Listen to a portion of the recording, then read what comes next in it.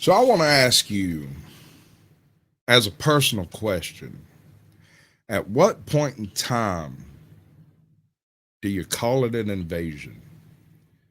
Is when they show up from around the world, jumping the border and using border patrol as their personal taxi and Uber drivers? Is it when they show up uninvited and just start squatting in people's houses? I don't think so. I think it becomes an invasion when the entry force overwhelms the local force. And I believe that line may have been crossed this week. Because the National Guard can't protect the borders? Tell me. Who can?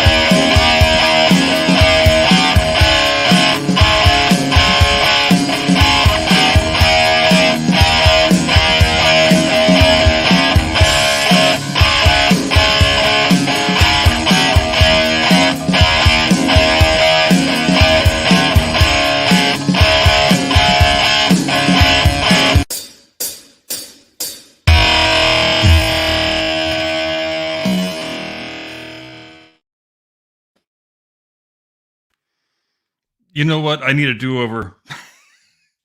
I screwed up the prompter, and now I have absolutely nothing to say at the top of the show. And Sasquatch, please come save me while I get my teleprompter sorted out. Talk to the people a little bit more about your invasion story, won't you? We'll cover some ground over here. You go ahead, brother. Just let me know when you're ready. I'm not exactly sure what I saw happen this week. Why I would almost think that someone had plotted a disturbance. It almost looks scripted to me. But then suddenly they put up this big sign saying, by the way, if you're a member of the press, stay away, which is pretty good chilling effect on the First Amendment, if you don't mind me saying so. That's absolutely absurd that you have a branch of the federal government trying to close down the press corps in a nation that has a First Amendment, makes every single man, woman, and soul with a phone press corps. Even these illegal immigrants coming in are press corps. Welcome to the club, right? Because that's one of the damnedest parts about this whole thing is that First Amendment is a real stinker. It's a hard one to get over. Okay, bud. You were a little bit off frame. There you Sorry go. about that little party foul. You're All right, good. come on now. Come on now. I might not be good yet. I'm really screwing the pooch hard tonight, folks. You're good, bro. Don't let it get to you. Don't let it get to you. We're all in this together, man. We're gonna get this thing rolling presently. God damn it! Or my name isn't whatever my name is. Right, whatever my name ain't whatever the hell you call it. Right. Oh boy! All right, now I think we're gonna be dialed in here in just a sec. Good. You sure? No? Yes? Give me. All right, let me do the proper lead in for this. All right, good to go. Welcome to the Blast Radius, where the technical issues are part of the show. From high atop the battlements of Castle Curmudgeon, where we have lost one of the greatest living Americans this week, Thomas P. Stafford, Weatherford, Oklahoma, Lieutenant General, U.S. Air Force, Commander Gemini 9A, Commander Apollo 10, Commander Apollo Soyuz Test Project, first and only active duty general officer to fly in space, the guy who once almost had to do an atmospheric re-entry with a dead Gene Cernan flopping around on the outside of the spacecraft, passed from our midst and went to his eternal reward this week at the age of 93, and you can bet your sweet ass and both titties that he is getting a dedicated obituary segment tonight. But first, good evening, Mr. and Mrs. America and all ships at sea. Welcome to the Blast Radius. So glad you could join us. Here is your Decline of Western Civilization news roundup for the third week of March 2024. Dateline Keith Olbermann's basement, Monday, 18 March. Former television personality Keith Olbermann, who was so bad at his job he actually got fired from a channel that still puts Joy Reid and Joe Scarborough on the air, got torn a very richly deserved new asshole by the internet this week after tweeting out that he hopes Donald Trump gets assassinated. And hey, to be fair, it can't be easy being Keith Olbermann when you used to have a nightly national primetime TV show and an exorbitant 8-figure salary, and now you're just a cranky geriatric screaming abuse at a webcam in your spare bedroom like the rest of us. But you remember what it felt like at the top of that mountain, and god damn it, you gotta get back there. You are bound and determined to get back there by any means necessary, except you can't do that by means of your skill as a journalist, or your gift of insightful analysis, or your penchant for artful turns of phrase, because, let's face it, you're Keith Olbermann. And so there's no way of getting people to pay attention to your dumbass, except by metaphorically lighting your hair on fire, because that's really all this is. This is a small, bitter, insecure man screaming, "Look at me, damn it, please look at me!" And it's all fun and games, right up until you get yourself a visit from the Secret Service, because I have heard from a friend of a friend that they take a fairly dim view of people wishing for the violent deaths of former presidents. I mean, give Kathy Griffin a call. I think she can tell you all about it. Dateline Crazy Town, Tuesday, 19 March. Christine Blasey Ford, a woman whose name most normal people wished they would never hear again as long as they lived, did the rounds of all of your favorite insufferable fake news programs this week to hawk her new book titled One Way Back, a memoir. But wait, I hear you say, did anybody ask for or want a Christine Blasey Ford memoir? No, they did not. Does she have any claim to public notoriety except to have falsely accused a Supreme Court nominee of being a 16-year-old serial gang rapist? No, she does not.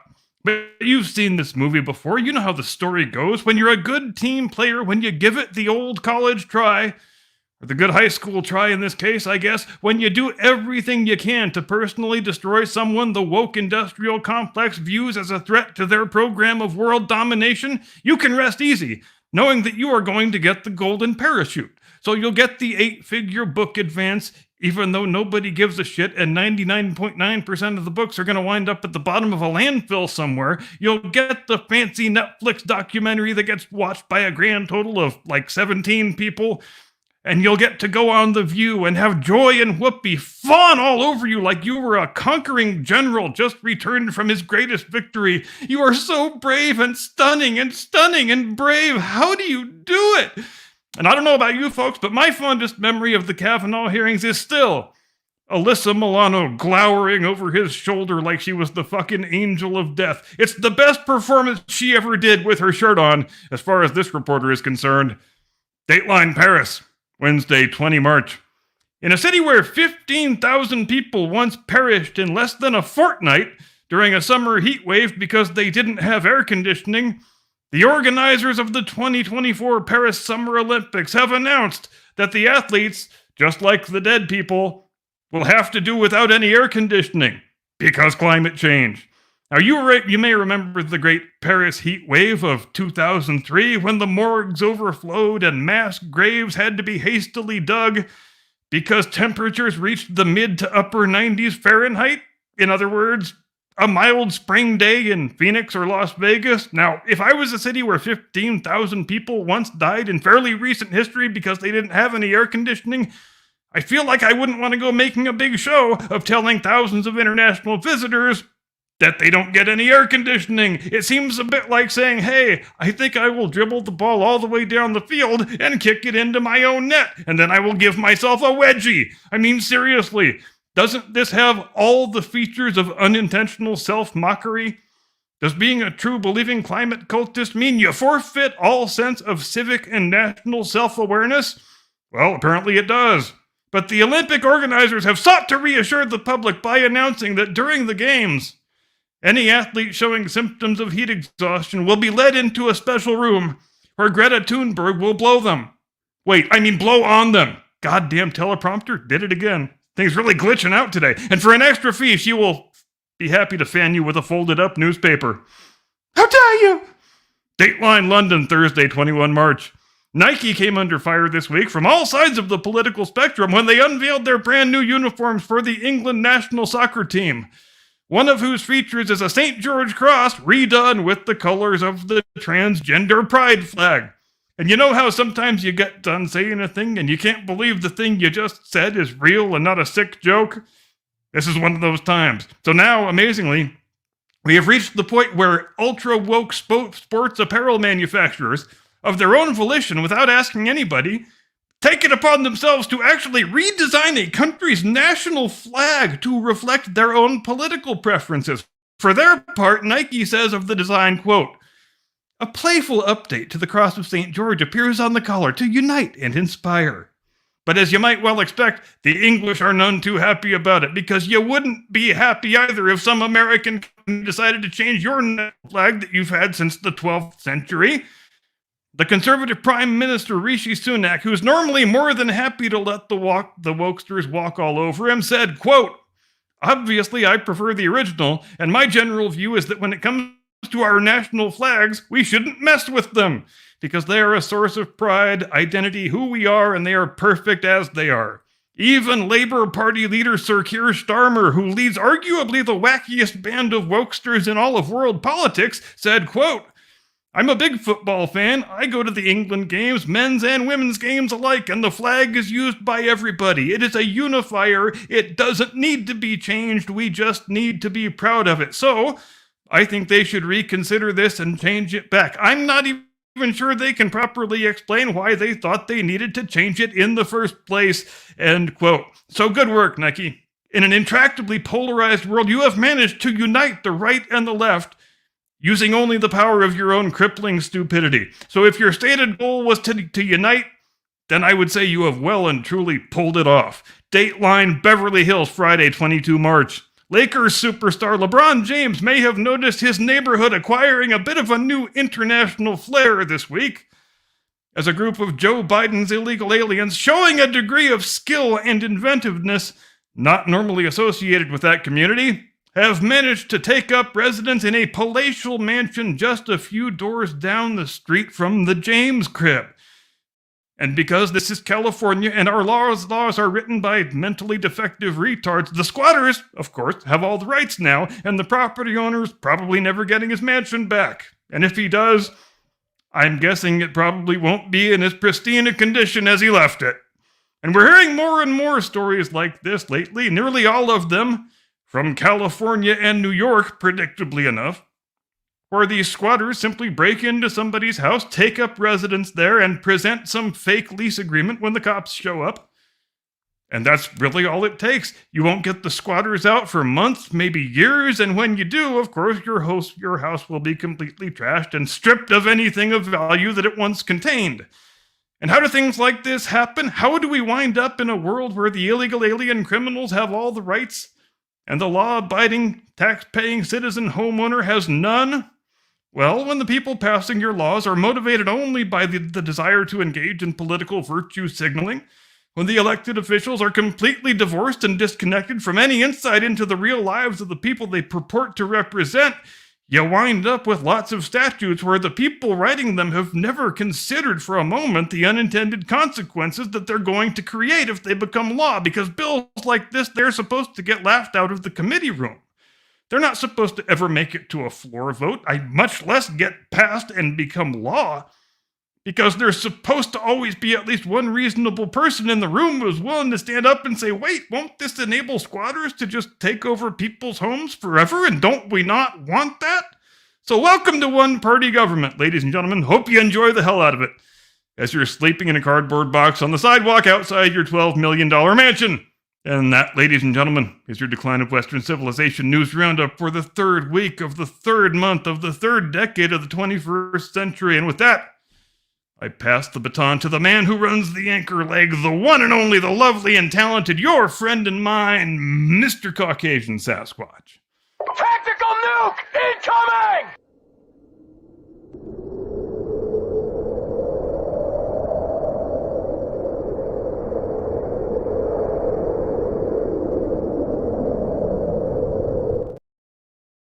Good evening, ladies and gentlemen. Welcome to the Blast Radius, where tonight we are going to discuss a number of topics. As we usually do, this all encompasses the greater demise of the Pax Americana. I lived through the Pax Americana, and I enjoyed it. So at this point, I've actually got something a little bit special tonight. I've got a handful of friends out there in YouTube world, and I've been kind of poking everybody in the ear, trying to get them to do something to include in the show for credit's sake, if nothing else. And I finally got somebody to do a bit. Now, he can't be here live tonight because right now he is live on his channel with the Religiosity and the Fuzzy Wuzzies. If you're interested, hit me up in chat. I'll let you know where it's at. But without further ado, I have one Mr. Jake Johnson from Untethered Live, who I am going to call our redneck on the spot reporter from the deep woods of North Carolina.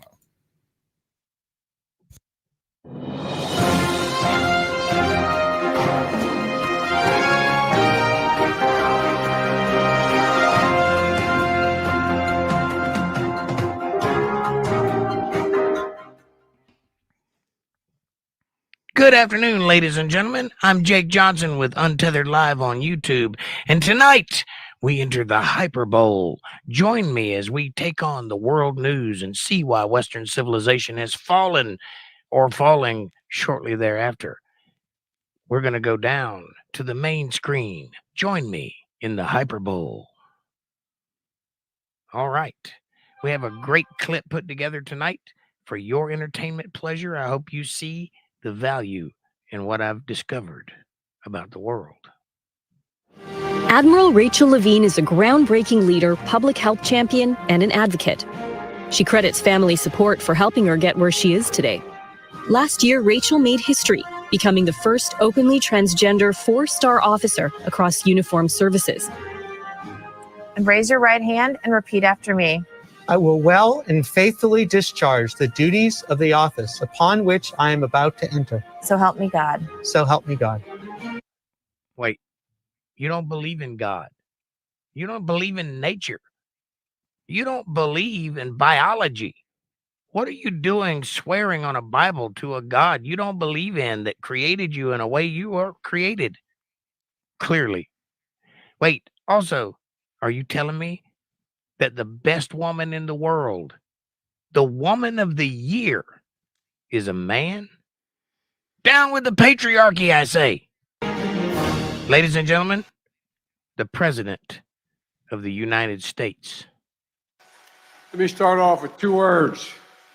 Made in America. Made in America. He said it twice for emphasis because he was certain of the trajectory of this conversation. 2 words, made in America. And that's not hyperbole. I'm not joking about that. No, this is hyperbole. You don't get to use that word, sir. This is hyperbole. On my watch, instead of Infrastructure Week, America's having infrastructure decade. What? Decade. Twice. Over $1.3 billion.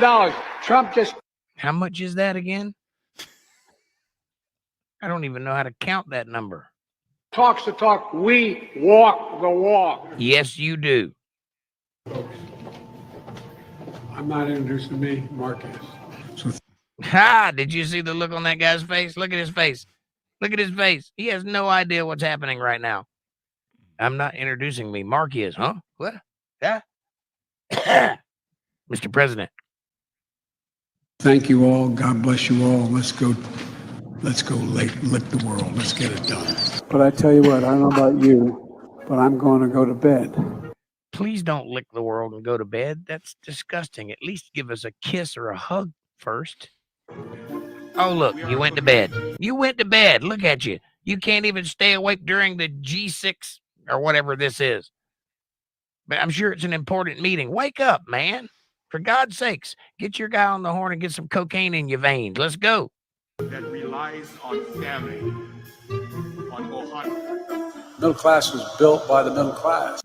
Middle class was built by the middle class. And the unions built the middle class. Wait. Is the middle class the union? And if so, why are we having this conversation? Did the middle class build the middle class, or did the union build the middle class, which is the middle class union? Say to President Biden, can you hear me, President Biden? No, he This cannot. is a historical moment for Brazil. Yes, it is. And for the U.S. Yes. President Biden, can you hear me? The people got back to the controls fast enough. They're behind the screen there, moving. Move his arms. Move his arms. He's sitting still. You can? Yes, good. Joe Biden said, come. Do not come. Don't worry. Do not come. I'm going to come. We must come together. Ladies and gentlemen, people of the world, unite. We must come together. Get busy.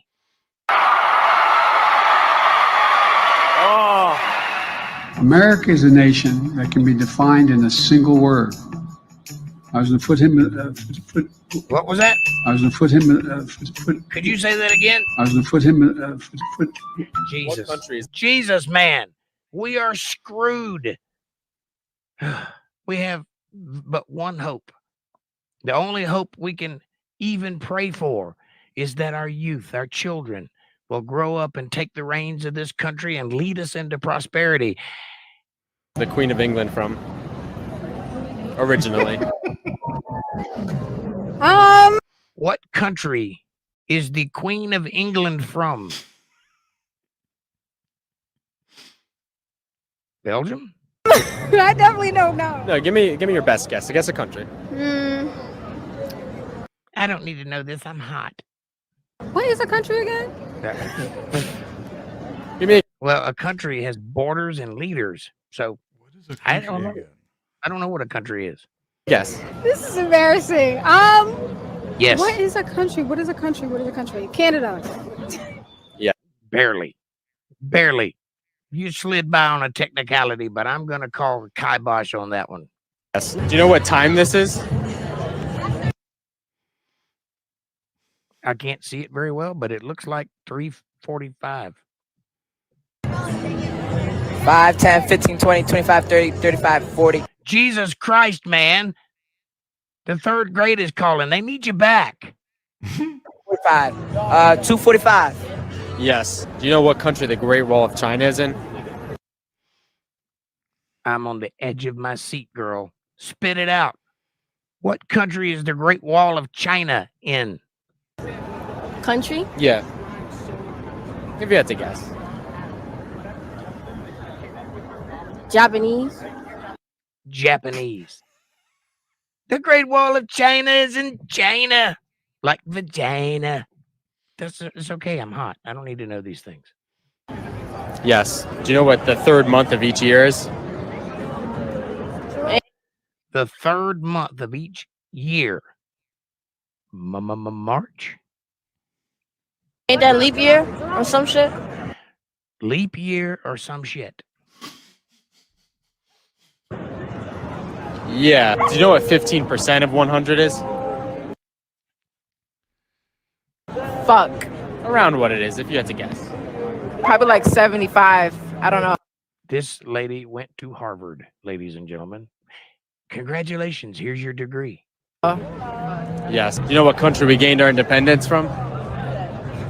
Spain. Yes. How many inches are in 2 feet? This is not her fault. I'm going to go out on a limb here. She has been being told for generations that this is 6 inches. This isn't her fault. She gets a pass on this one. I don't know. Around how many inches? If you had to guess. 5. Yes. Do you know what country the Panama Canal is in? No. If you had to guess, like, what do you think it sounds like it's in? It's a country. Europe. Yes. Can you name all the months? September, January, February, March, April, May, June, July, August. I am so proud. She's doing a dance. Look at her. She is so happy with herself that she got that right. She started in September, but she got them all. Jesus Christ.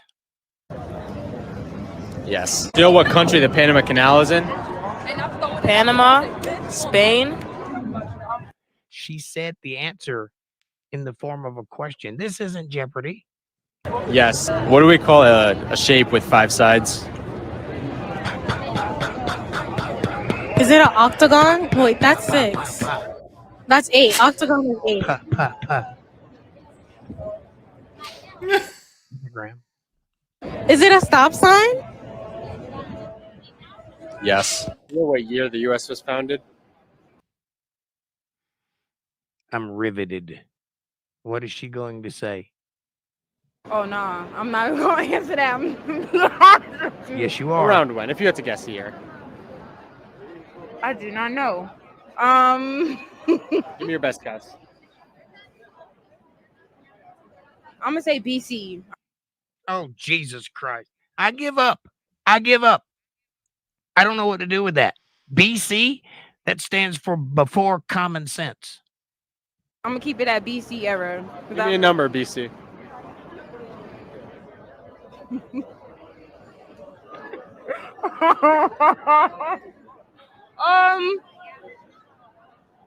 18 something 1800s. BC? Closer. Yeah. Yes. How many weeks in a year?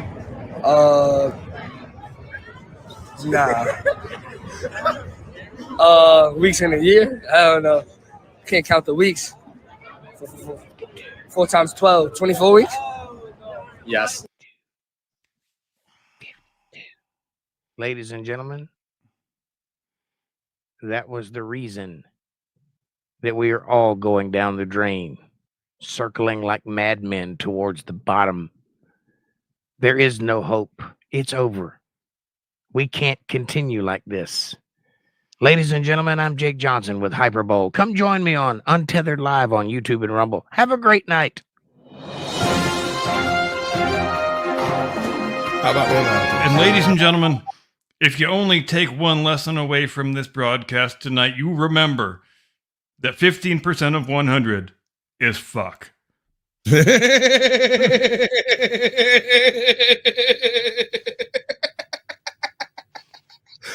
Poor girl. And he tells them they're right when they're done. Like, yeah, you're correct.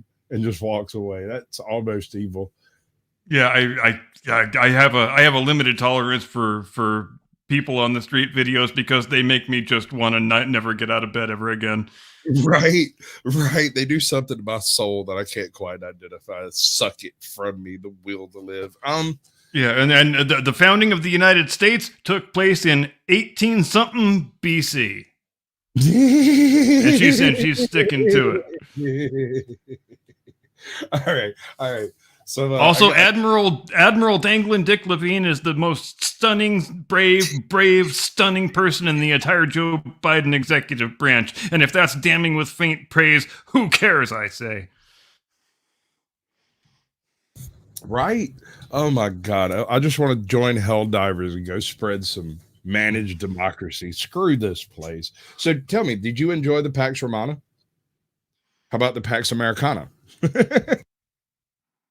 It's enjoyable anytime you live during a period with Pax in your country's name in it. Hey, you're not wrong, man. Because that's like in the Mouse Utopia experiment. These are the beautiful people. Pax Romana, Pax Britannica, Pax Americana, all pretty good of an arrangement for the named countries in there. All in all, worked out great. All right, so what we got is federal court quotes Dr. Seuss in scathing opinion dismissing the judgment, a case. We have Chicago teachers force students to vote Democrat. How's that taking you? Shock of shocks. Whoever would have guessed? Right? You want to check that one out? Yeah. Let's do this one. All right. So, ladies and gentlemen, this is from the actual Justice Warrior. We're going to listen to his little intro and let him do his shang dangle because he does it so well. And I think he's quite the fine specimen of a man myself. But yep, the man does good work. Oh, yeah, dude, he's been knocking it out of the park past couple of weeks. Not just the Tiffany Henyard stuff, the Fannie Willis stuff, and pretty much everything he's put out has been solid gold this past couple of weeks. Agreed. He does look bored, though. He looks so worn out. He looks tired. We need to let him nap. He looks too close to the skeleton. And today we got to talk about this situation that happened a couple of days ago in the city of Chicago, where members of the Chicago Teachers Union, also known as teachers, decided that it was appropriate to identify who was a registered voter in their classroom, their public school classroom, and then march those individuals to the polls in order to vote for a tax hike that Brandon Johnson, who, by the way, used to work for the school system, who is an ally of the teachers union, has been pushing as a ballot initiative that, again, do we see any issues with this method? Any problem? Gosh, I can't imagine which. I mean, you'd have to start somewhere just to try to get the corruption on paper. You got to pick something to start with, man. Where do you start? It's Chicago, so there's a smorgasbord. Well, but when corruption is so endemic and so ingrained and so part of your normal everyday life, it doesn't become at some point no longer noteworthy? Wouldn't the noteworthy thing be if there was no corruption? Yeah. Damn it, you got me there, bro. Like, I wasn't expecting. I mean, Chicago has had one party rule for over 90 years now, I believe, if I'm not mistaken, which is obviously an active record of any city in the country. But look at the utopia it has become, bro. I know. It's like a living example of why every city everywhere should have one party government always. Absolutely. Again, they're conducting in the middle of March, so this kind of machine-style politics has a lot more impact. And how some people now, after the fact, are saying, hey, you know what? It's a little bit questionable for this political organization that endorses this political policy to force kids into the polls or encourage them with a very stern encouragement into the polls in order to vote for their favored legislation. Now, we're going to get into this, but before we do, I want to thank everybody who signed up over on actualjusticewarrior.com. I wish I had give me $6. the money. Give me the money. Okay. And I'm not even gonna lie. Give me the money. Give me the money. Okay. I take notes everywhere. Right. Oh, by the way, I'm accepting money too. If anybody's feeling frisky and wants to hit that little dollar bill button down there, just saying. It's over there somewhere. And over there somewhere. And remind you that on Saturday, April 27th, I will be at the Minds Fest, Austin, Texas. Link to tickets, top of the description. Now to ethics questions about the Parade to the Polls. It's an event to take Chicago public school students to the voting booth. Tonight, NBC5's Charlie Wojciechowski looks at the controversy about the political messages that may be associated with the event. So first things first, right off the bat, I got to say this because I'm contractually obligated, but this local news anchor, very nice looking lady. Very contractually obligated. We have to agree. Very yep, nice. I don't mind the cut of her jib one little bit. Yeah, she seems to have her head screwed on straight. Mm-hmm. You reckon she's a natural brunette? I reckon I don't give a shit. Damn right.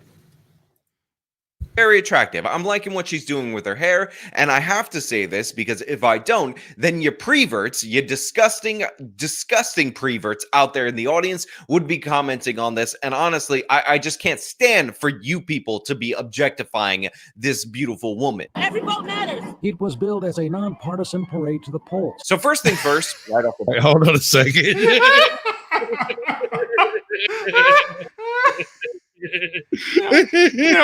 In the context of Chicago, what does nonpartisan even mean? Like, what is the actual meaning of that term in Chicago? Like it's only 99% Democrat instead of 117%. I know, right? Well, no, I just want to take a look at this here, because dear Lord, it's exactly what you would expect, though, dude. Right? Yep. Right? It's let's go make future Democrats. There it is. Yeah, that chick with the red and blue hair. I have no idea what her political worldview might be. Just not even the faintest guess. Your future organizers are marching in Chicago, and they are being bussed there by the school to vote in the school's interest, essentially. These are the people who are going to be taking care of us all when we are old and decrepit.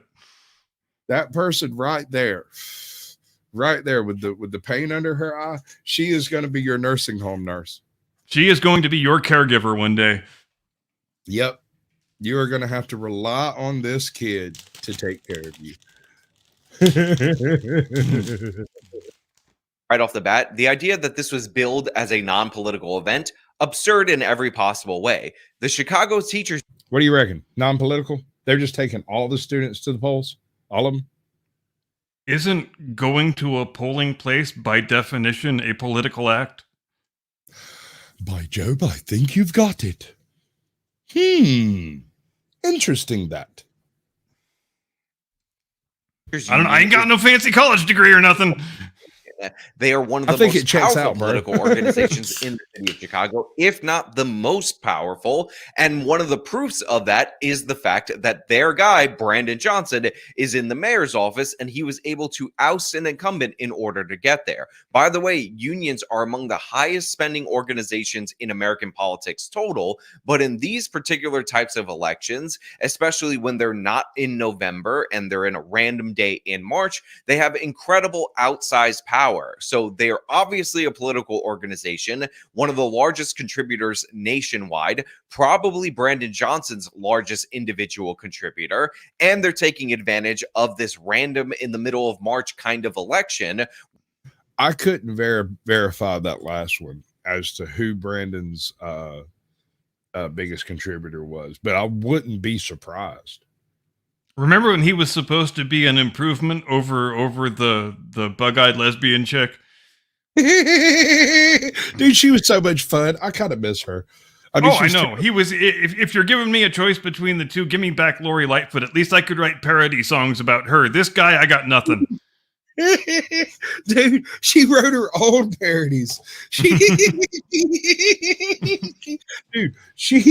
went and danced around as the COVID burglar or some shit. Like she had the cape. And I have it on pretty good authority that she really doesn't like those Beetlejuice memes. I bet she don't, man, but she looks so good in it. She just fits so well, like an old shoe. It's not our fault you're a dead ringer, lady. Not really, though. I mean, it's just that she looks so good in that striped suit. We just want to see her as a prisoner. It's true. She'd make a really good Hamburglar. Yeah. But is it a step down to go from the COVID monster to the Hamburglar? Next sentence after that guy said what it was maybe billed sideways. as kind of gives away the game if you don't believe me. It was billed as a nonpartisan parade to the polls. Repeat after me. We will not give up the fight. Housing is a human right. But there were certainly political messages chanted as Chicago Teachers Union members marched a large group of public school students from an engagement event at their West Side headquarters. So yeah, the idea on it. So here's my question. These students, did they go to the poll because they were politically motivated, or did they go to the poll to get the hell out of class for a day? And when did they teach them how to ballot harvest? Because isn't that part of the whole thing when you're in Chicago? Oh, well, yeah. I mean, that's not just Chicago. That's pretty much every single. Next, kids, we're gonna learn how to fill out 1,500 ballots in less than 65 seconds. Allegedly. Allegedly. Let's remember that word. We need to use that word more often, I think. Hey, for reals though. Allegedly. But January 6th was a goddamn stitch up, allegedly.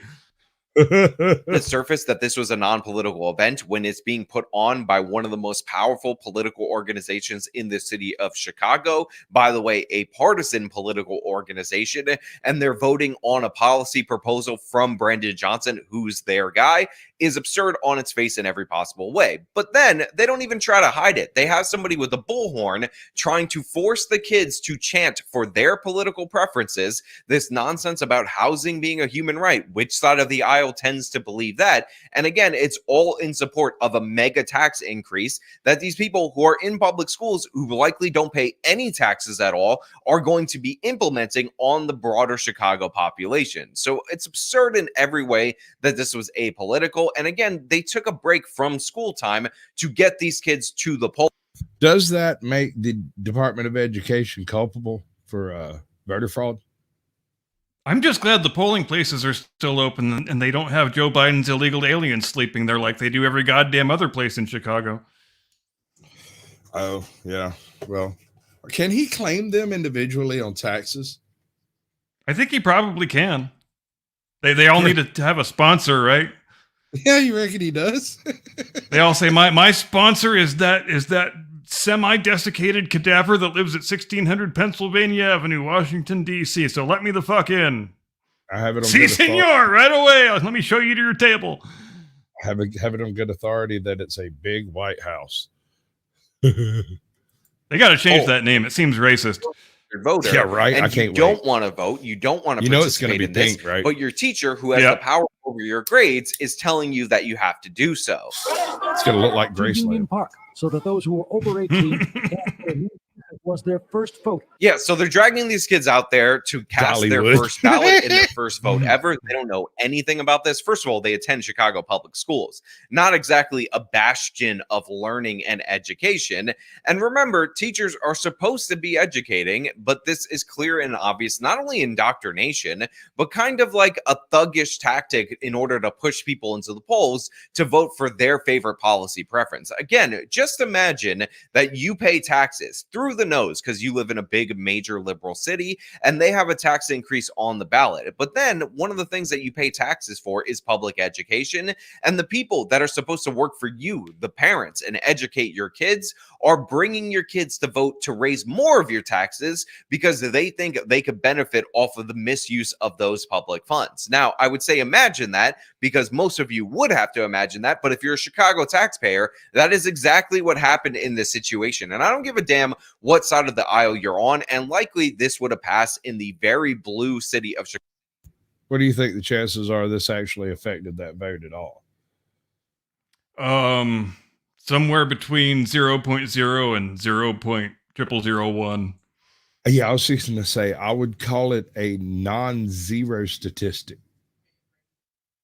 Yes, that's a more elegant descriptor. It's not zero, but and it should be illegal. I don't know if it is or not, but I think somebody. And I just wonder what it almost comes down to the question of what possible purpose does this thing have except to condition these kids to dutifully vote Democrat every single time for the rest of their lives. I can't see any other, like, what, they don't know voting exists? They don't know how to find their polling place that's written on the back of their sample ballot? I mean, what? I couldn't tell you. Doesn't every voter live close enough to their polling place that it's impossible to get lost on the way there? Pretty much. Ours is like right around the corner and down the street. I can bounce 10. Oh, but that's right. We don't need polling places anymore because Mark Zuckerberg comes along and spends $500 million to put unmonitored ballot drop boxes in every fucking strip mall where, Yeah. Where people can lovingly drop stacks of hundreds of ballots in there at 3 o'clock in the morning, and you're not allowed to notice or complain, And except unless you're a goddamn racist. And you're supposed to say allegedly. Allegedly. Allegedly. Well, it's just like Fannie Willis, man. If you've got any problem with her having fat stacks of cash all around her house that she pays all of her debts with, then it's a black thing, and you must just not like black people. Which is kind of funny because that's the same line Tiffany Haynyard went with. Yeah. And she actually said that on the witness stand. She said, it's a black thing. And I imagine a lot of black people went, huh? Other people's profits. Yeah. Like, honey, do we have fat stacks of cash laying all over the house? You could feel insulted. No, honey. The teachers union is just blatantly abusing their power in this way on camera, and they're making a joke, a mockery of it. For the upcoming Illinois primary. It gives the youth a chance to speak and give power in their voices. Oh, we're giving the youth a chance to speak and give power in their voices as long as they say what the teachers union wants them to say, as long as they vote the way the teachers union wants them to vote. So isn't that great? Isn't this what the founders envisioned when they created a constitutional republic? Government interests that benefit off the taxpayer, that are leeches on the taxpayer. I got to tell you this much. This is probably better than my civics class was. And remember, there are lots of local Democrat officials across the country who have floated the idea of giving 16-year-olds the vote. I think Nancy Pelosi is even on the record as saying she supports that. 16-year-olds, dude. Yeah, right. And as I understand it, Miss Abby was 76 years old and still teaching because she refused to stop. She just went to the high school every morning and they just gave her a classroom, as far as I know. She was supposed to have retired like ages before I got there. Small town, folks. Small town. These are small town problems. Yeah, I think we would all be really quite horrified to see what actually goes on in a Chicago public school classroom. Bro, see, it probably wouldn't be safe for YouTube, to be honest. No, probably not. You're probably not wrong.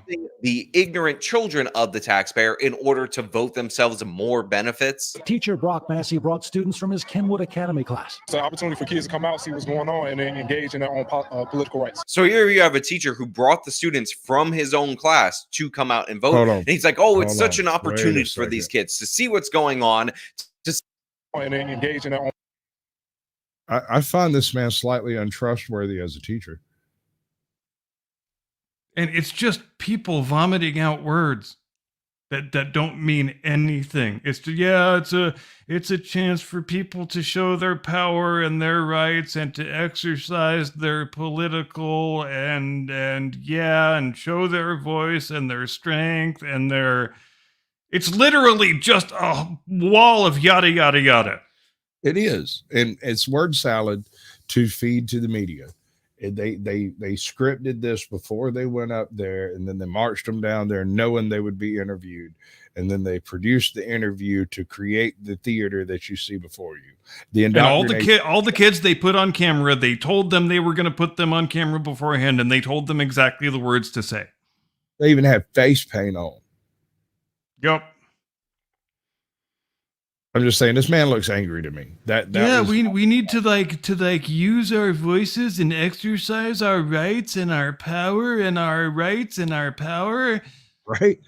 It's just depressing to listen to because it's not people extemporaneously expressing their thoughts and feelings. Did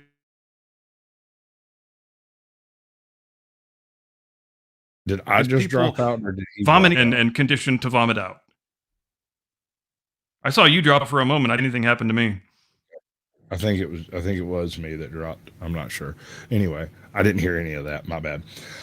Let's see. We now have your choice of an ATF search over paperwork leaves man dead from the armed attorneys, or federal court federal court quotes Dr. Seuss. Let's do the second one. I've been curious about that ever since Backstage.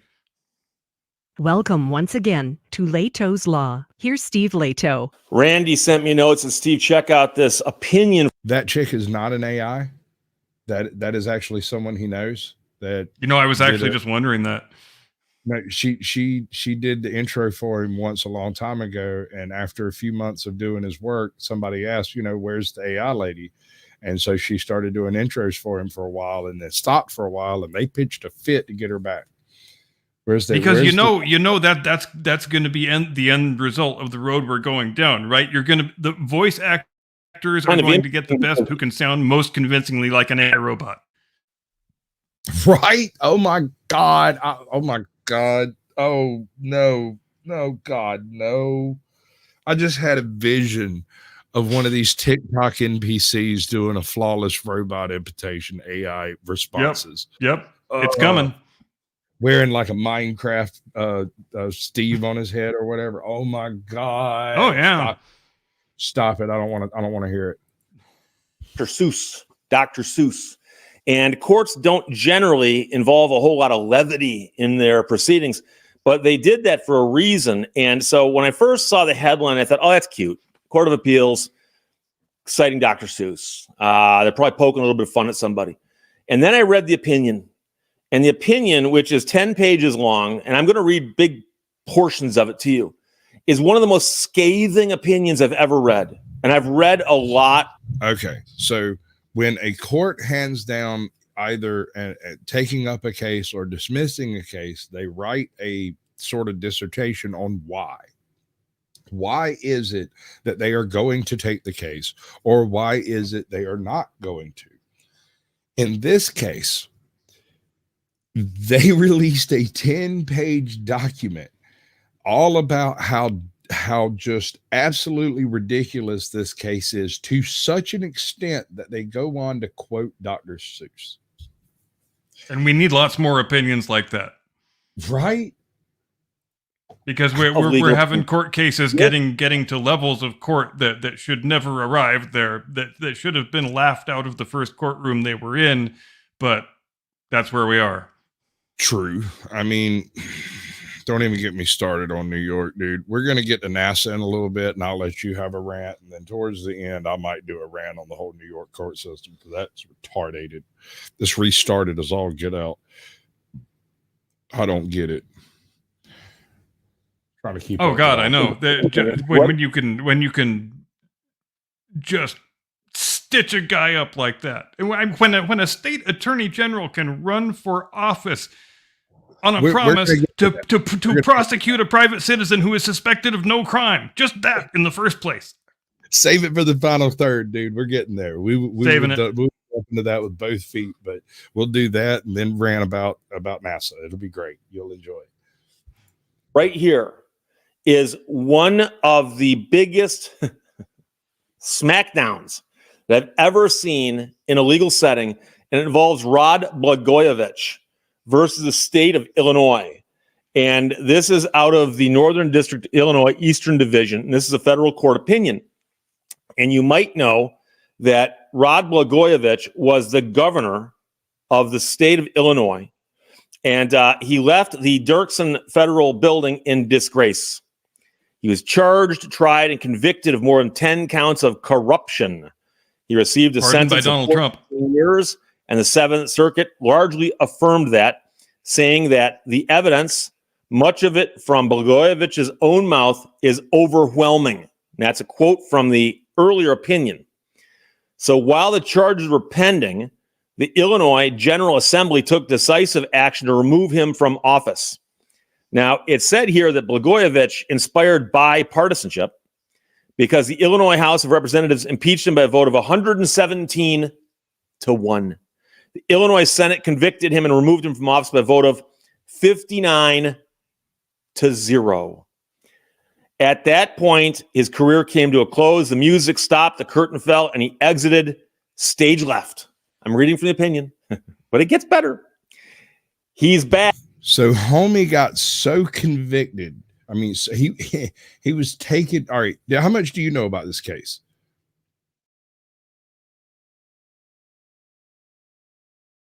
I think he's frozen.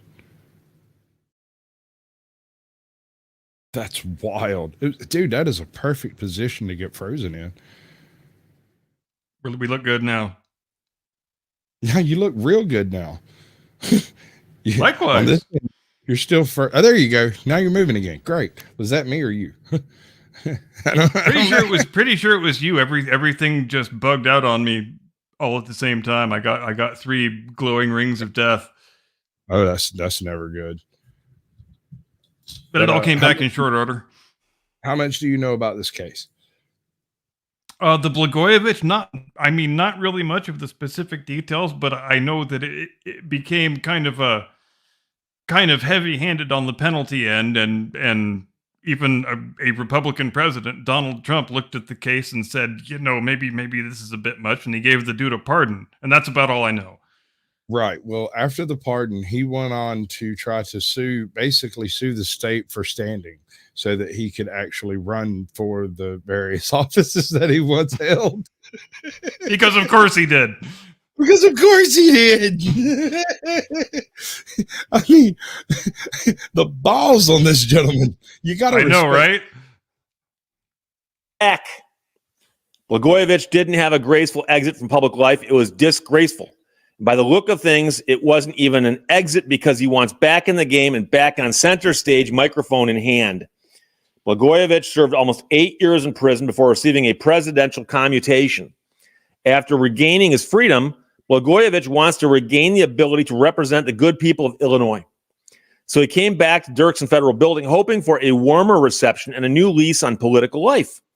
He unveiled a 2-count pro se complaint under Section 1983 and neighboring provisions, challenging the treatment that he received in the Illinois legislature.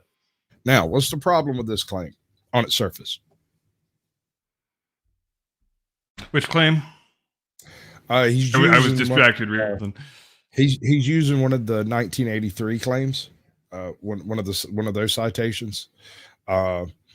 He's trying to basically sue, and sue's not the right word, but he's basically trying to sue the government for his right to run as public office again, right?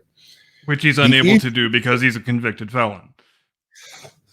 The issue, yes, but this is Chicago, bro. This is Illinois, right? Come on. But then after you've received a presidential pardon, then isn't all of that stuff expunged, and there shouldn't be any impediment to you running for office? I mean, I tend to sympathize with his point, really. That is something that should be decided in a court, but not under 1983. 1983 assumes that a private party has breached your rights, your fundamental civil rights in the U.S. in some way. That implies that a non-governmental official has done something. A pizza parlor locked you in, or a salon broke your camera, or you know what I'm saying? Like, yeah, something you are legally permitted to do, someone stopped you from doing it, and you're suing them for that breach. In this case, he doesn't seem to be suing for money, funds, or any kind of pay. He's suing for his right to run for public office again, which is like, I don't think. And it's I still just can't believe the grapefruits on this dude that he actually wants to run again. Dude, I mean, this is like the pro program that Tiffany Haynyard's working on. Like, once she gets kicked out, if Biden pardons her, can she go back and run for mayor in a different town? Yeah, that's exactly right. Tiffany Haynyard to matriculate to the Blagojevich master level. It's wacky. He's upset that they impeached him. The first count seeks an injunction to enjoin the state of Illinois and all of its component parts from enforcing the state Senate's disqualifying provision, which denies him his right to run for office in Illinois. Which I don't think is actually a right. Now, let's see if I can remember exactly where the quote is. The word soul twice. Constitution isn't chock full of adjectives, but the framers made a point of saying that the sole power to impeach rests with the House, and that this court could overturn the impeachment that took place a few years ago that was overwhelming to impeach him. Blagojevich is, and I'm skipping big chunks of this because there's a lot of me too. citations to support the argument. Blagojevich has given this court no reason to think that Illinois would be one of the states to is in part and end in itself to ensure that states function as political entities in their own right. So they're citing other cases there. The Supreme Court has called state impeachment. If intervention by a federal court in a federal impeachment is bad, then intervention by a federal court in a state impeachment is worse. Another jurisdictional issue lurks. There's too much to go on to. We are in the third portion. We're going to go to the ATF search. When's the last time you saw a warrant that we're not wasn't actually a no-knock? watching this. I want to discuss this because I actually did a little research on this one. I believe it was Tuesday. I may have my dates wrong because it may have happened the week before, but wasn't actually public for a few days. I don't know. The ATF raided an individual who was a private licensed firearm. What is it? It's a LLC, a private firearm LLC. This is the type of guy that you hear gun grabbers talking about when they're talking about that gun show loophole. It's not a loophole. It's an individual capable of running all the paperwork legally and not doing it inside of a building. One of the things that they're trying to crack down on is people who can do this without having overhead of an actual brick and mortar store, right? Because the ultimate goal is to make it so the smallest number of people possible are able to operate as gun sellers. Exactly. And those people are supposed to be completely towing the line with the whole federal everything. Even when the ATF cuts a weak fart, they're supposed to be biting the bubbles. So what happened here, as far as I've been able to determine, and I haven't been able to get my hands on the actual paperwork yet, but what seems to have happened is he had sold 2 guns legally. The paperwork got mixed up. The serial numbers were switched, or the locations they were sent was switched, or the names were, something was transposed from one to another. Is the A perfectly innocent clerical error, in other words. Clerical error, right? And yet the ATF contacted the FBI contacted the local sheriffs contacted the police department. They all gathered their SWAT boot team together, and they got a no-knock warrant that is supposed to be restricted for hardcore felons, drug dealers, murderers, and serial killers. Like when you don't have time to go get a judge because he's still over there stabbing people, right? Yeah, like a really extreme extenuating circumstance. That is what these no-knock warrants are sitting on the bench for. They are not supposed to be there to go find a father of 2 who is sleeping in on a Tuesday morning, right? And they kick in a break of dawn raid on his house.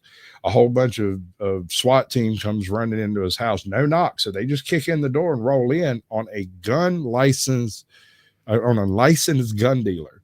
So homie was, and isn't this like a misdemeanor level defense, or no? Because there was a state line involved somehow, right? Yeah, because beyond that, it's under the ATF, which makes it federal. So even a misdemeanor is charged in a federal court at that point. It's not technically a felony, but they won't charge you with just a misdemeanor. They will charge you with a felony when they kick in your door. Oh yeah, and if there's a potential excuse to kick in your door, they're going to find it. And on this one, they love kicking in doors and shooting dogs with silenced MP5s, but nobody wants to talk about that. We're not, because everything is the Bin Laden raid now. Mm-hmm, mm-hmm. All of these children, all of these cops, just about every one of these cops was not trained at your local police academy, but were trained in Afghanistan and Iraq. They were not trained to uphold the Constitution through with a citizenry. They were trained to put down insurgents. And that is what they have come home and picked up a badge and started doing. And this is the issue I have with cops running roughshod all over every citizen they can find. It boggles the mind. And it goes to the larger issue of the militarization of local police departments and sheriff's offices that has been going on now for upwards of 20 years. And that all dovetails with getting your officers who are military combat veterans and, pretty much conditioning them to act exactly the same when they become civilian police officers. And again, that's a serious problem. Right. So this dovetails quite nicely into the assault acorn story. This is another one of those examples where the utilization of military assets in a private capacity has become an issue, right? This individual heard an acorn hit the top of a car, screamed "I'm hit," and started mag dumping into his own cruiser that had a gentleman in it that was unarmed and had already been searched by this officer. He was so convinced he had been shot that he screamed to his partner, "I'm hit." I'm hit. And started blasting away like Danny DeVito. Just came out blasting. It's one of the craziest pieces of video I have ever seen, frankly. Okay. So what you're looking at is classic PTSD. And this is not a thing to take lightly. I mean, we were talking about it last week with Audie Murphy. I mean, this is serious. These people have serious issues, and they should be taken into account when you're putting them in the line of fire. Absolutely. It was an acorn, bro. It was an acorn. It was an acorn. My man had 2 cops mag dump and scrambled the entire police department, ambulances, fire service, all the first responders showed up because an acorn fell on his cruiser. And it's a miracle he didn't kill anybody the way he was just wildly firing. Like Danny DeVito, he started blasting. Yep. It's absolutely stark raving mad. All right, what is it about NASA you want to cover?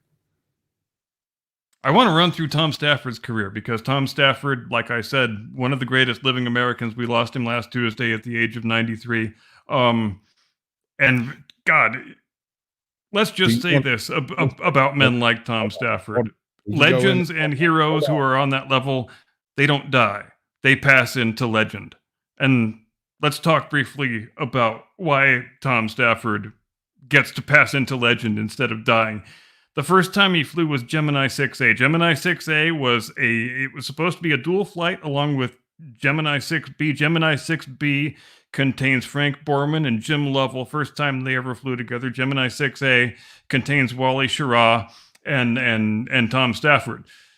6B launches first. They're supposed to launch on consecutive days. The Borman and Lovell launched just fine. They're in orbit. They're supposed to stay up for 2 weeks, but Schirra and Stafford are supposed to only stay up long enough to affect history's first in-orbit rendezvous. That was the point of launching the 2 flights so close to each other, so they could do the rendezvous, and then the one A could come back down, B could remain in orbit for 2 weeks because theirs was more of an endurance project. But the big point of the whole thing was to accomplish the rendezvous.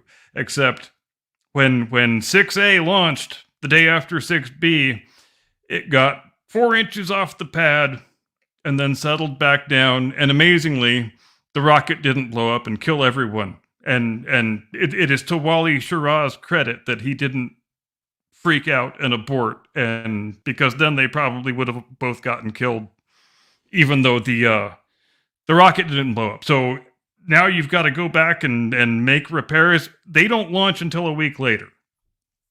They accomplish the rendezvous. Everything goes great. Borman and Lovell are up there for the whole 2 weeks and really can't stand each other by the end.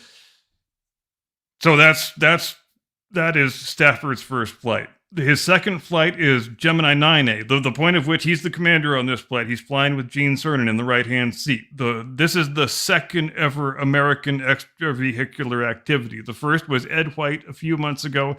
He didn't try to do anything. It was just go outside and see if you can be outside and then come back in, and that goes great. He says, "God, this is fantastic. I feel like $1 million." Chris Kraft actually has to get on the radio loop and tell him to get his ass back in the spacecraft because he's having too much fun. But the second spacewalk, the one that Gene Cernan is supposed to attempt on Gemini 9A, it's the first time that we're having a man try to actually do work outside the spacecraft, because this is something that we're going to have to do if we want to do the manned lunar landing missions that we're planning on trying in a few years. And it goes really badly for Cernan because nobody has ever done this before. Nobody knows what we need or what we have to do or any of the exigencies that are going to come into play. They don't have any handholds on the outside of the spacecraft, so he's trying to do this work he's supposed to do, and he is overexerting himself, and his heart rate is dangerously high, and he is sweating his ass off, and there's nothing in his spacesuit to sublimate sweat with, so all that sweat just kind of sits in your suit, and it becomes a pretty closely run thing whether Cernan is even going to get back in the spacecraft, because Stafford at a certain point says, this guy is really struggling here. I'm aborting this EVA. I'm getting him back in the spacecraft. And there was some uncertainty whether Cernan was going to be able to get back in without actually passing out and losing consciousness. And if that happens, then Stafford has a fun decision to make, because he doesn't really have any way of cutting Cernan loose if he becomes incapacitated on the outside of the spacecraft and isn't able to get back in. So he's got a bundle of he's got a tether and a wire and a couple of comm cables that are connecting him to the spacecraft. So Stafford, if Cernan becomes incapacitated, either has to cut his lines and cast him loose, or attempt to do the re-entry while actually holding the right hand hatch down and just hoping that Cernan's blackened corpse breaks loose at some point and he manages to survive. Fortunately, Cernan does manage to ingress the spacecraft. He winds up with a couple of boots full of sweat. All sounded pretty gross. The third time Stafford flies is as the commander of Apollo 10, which is a unique mission because you have 3 Apollo mission commanders flying on the same flight. Stafford is the commander of 10. You've got John Young, who's the commander of 16. And you've got Gene Cernan again, who is the commander of 17. Still the last man to walk on the moon up to this very day. They are the second flight ever to go to the moon after Apollo 8. And their whole deal is basically to do a dry run of Apollo 11 and do every single thing in a lunar landing mission except landing on the moon.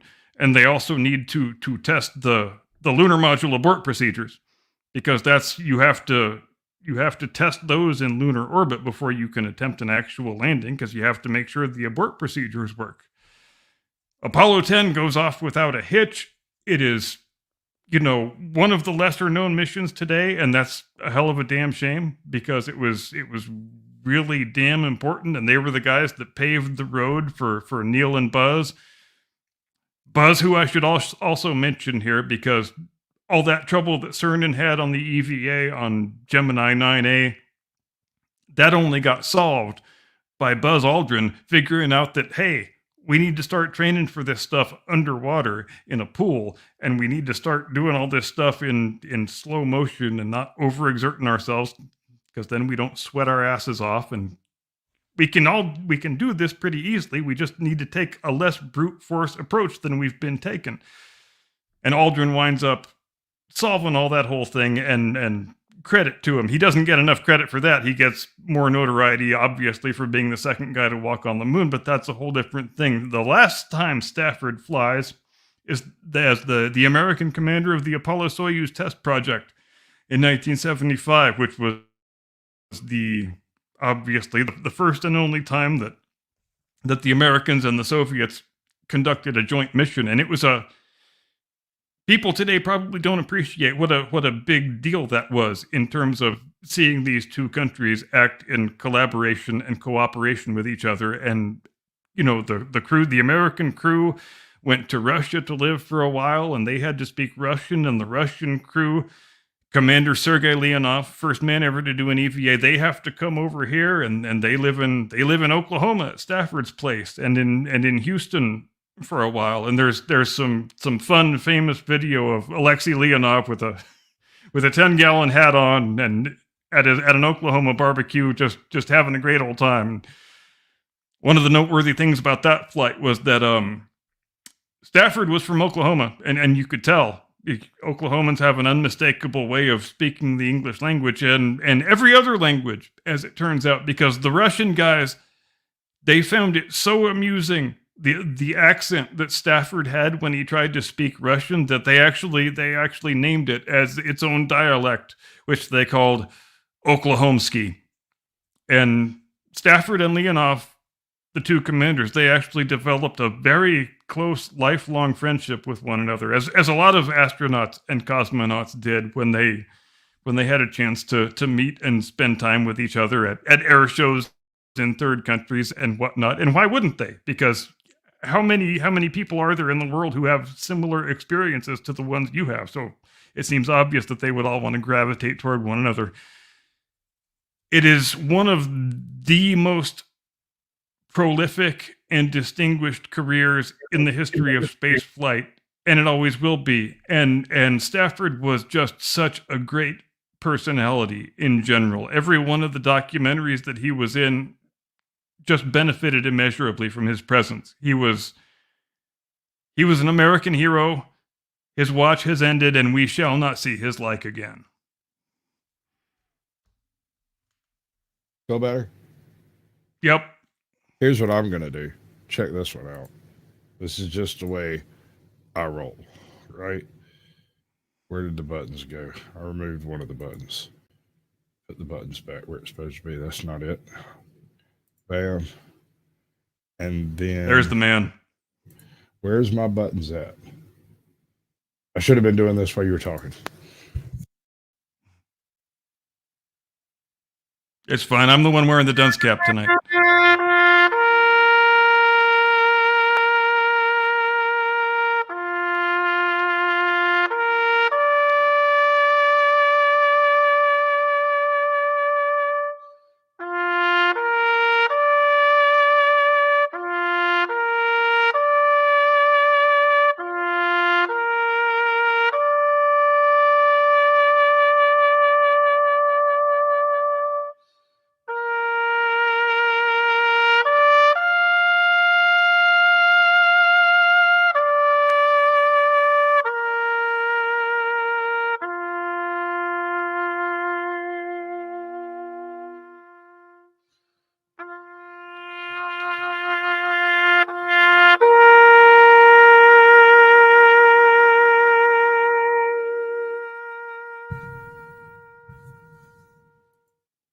Godspeed, General Stafford. A grateful nation salutes you.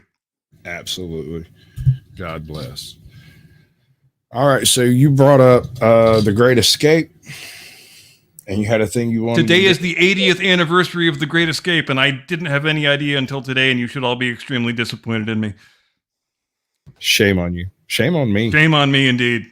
That's a movie. That's a great movie. I should have known that. I should have known that. Yeah, we both should have known that, really. Plenty of blame to go around. I ain't got no But the least we can do is play the song, damn it. Right? All right. So we're going to do this way. We're going to run this type of game like this. We're going to go skablam. I'm going to mute this part. And darn it, I ruin everything.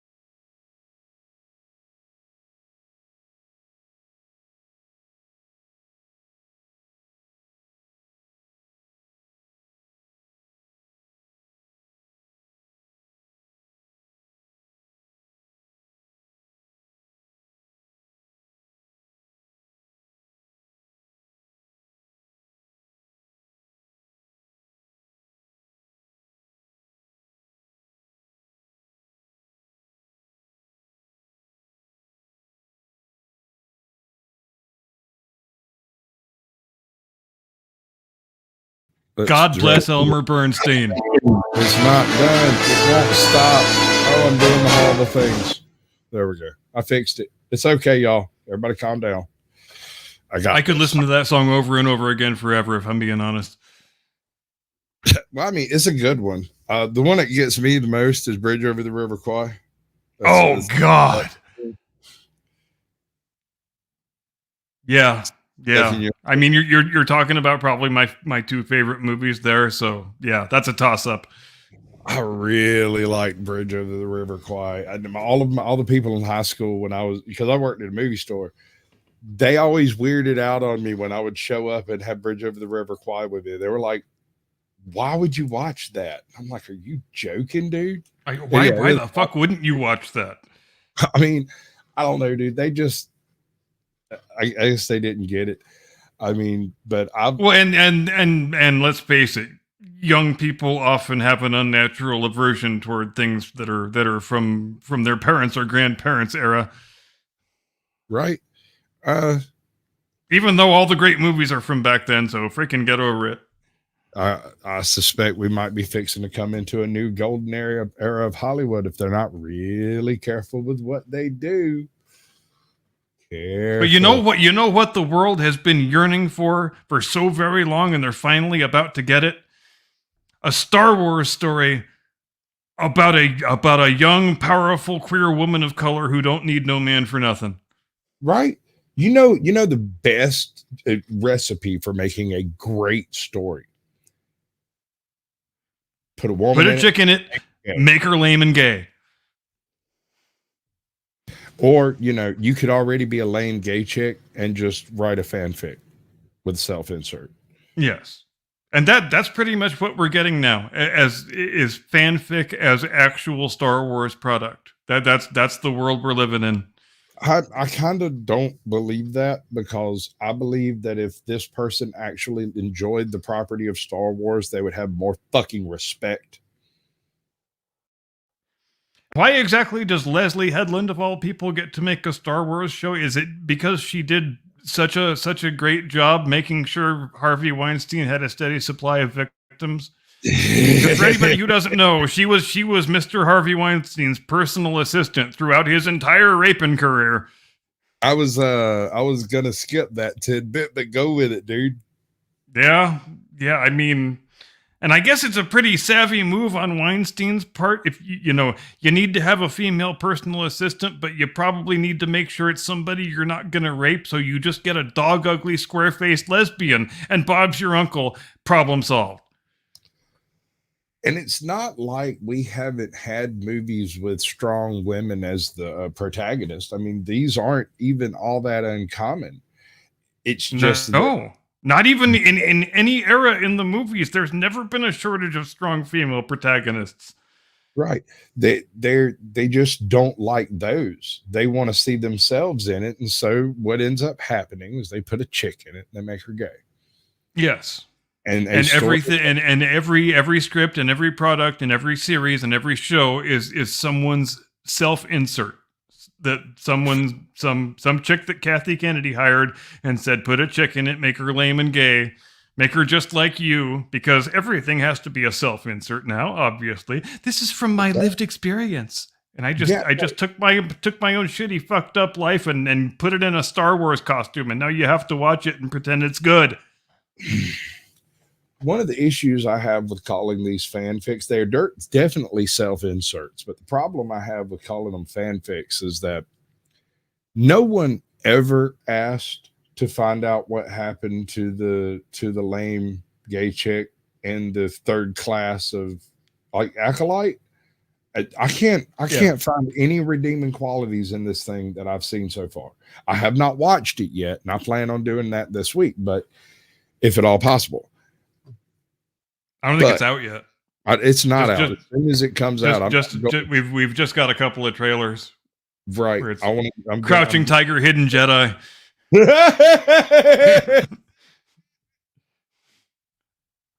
Beware the paper tiger. Anyway, so like we got 5 minutes to kill, and I kind of want to keep ripping on Star Wars, quite frankly. Just Disney. But you know what's the one thing Disney Star Wars could do right now that would make them billions and billions of dollars? You probably know what I'm about to say. If they theatrically released the original, unaltered, non-special edition cuts of the original trilogy, they would each make $1 billion goddamn dollars. I guarantee you. Hands down. Hands down.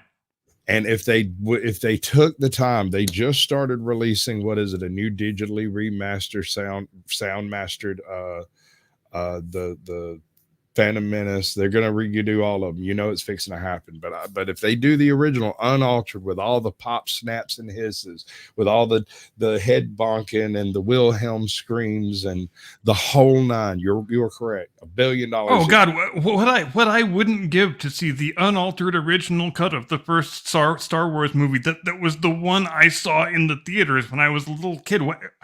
What a great just take that exact cut and just give it a nice 4K makeover and don't do any damn other thing to it. It'll make $1 billion, guaranteed. I am almost certain I have all 3 of the original Star Wars VHSs on a shelf in my living room. Before any of the effects, we're talking mid 80s to early 90s, like right, 80, when it all freaking let out, the originals. I think the laser discs for all 3 are in my mother-in-law's storage unit. Oh, we could actually digitize. That's already digitized, dude. We can rip that shit straight to a thing. Oh yeah, and those things look great. We used to watch them all the time. Dude, I'll start a channel just to get nuked by those things. Oh, I know, seriously. Let's get them, like, figure it out. Whatever it's gonna take. I'm gonna try and get my hands on those damn things.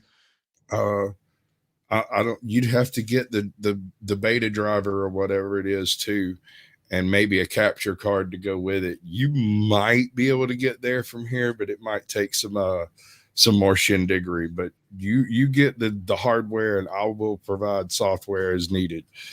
Well, laser discs. I used to love watching those things, man. Like when Lady Curmudgeon and I were going out in high school, it was always over at her house. The Star Wars trilogy and the Back to the Future trilogy were the things we watched on Laserdisc all the freaking time. Right. And you got to get up and flip the disc every half hour, and who cares? Because it's just like an LP that way. The reason I would suggest going with that versus the tapes I have is the tapes I have are 30 years old. So yeah, and there should be no degradation on the laser discs, like you say, because they're digitally encoded. There's no tape degradation you have to worry about. Right, I have to worry about tape degradation, and they're pre 1997, so we know they are the original cuts. Exactly. Well, hell, if they're fucking beta or Laserdisc, they're definitely the original cuts, because that format fell out of favor before the remasters came out. And they could make so much money that way, not by and you don't even need to shoot 1 foot of new footage for any, just give the people the old things that they love and want. They won't do it. Or you could put a chick in it and make her lame and gay and lose billions of dollars.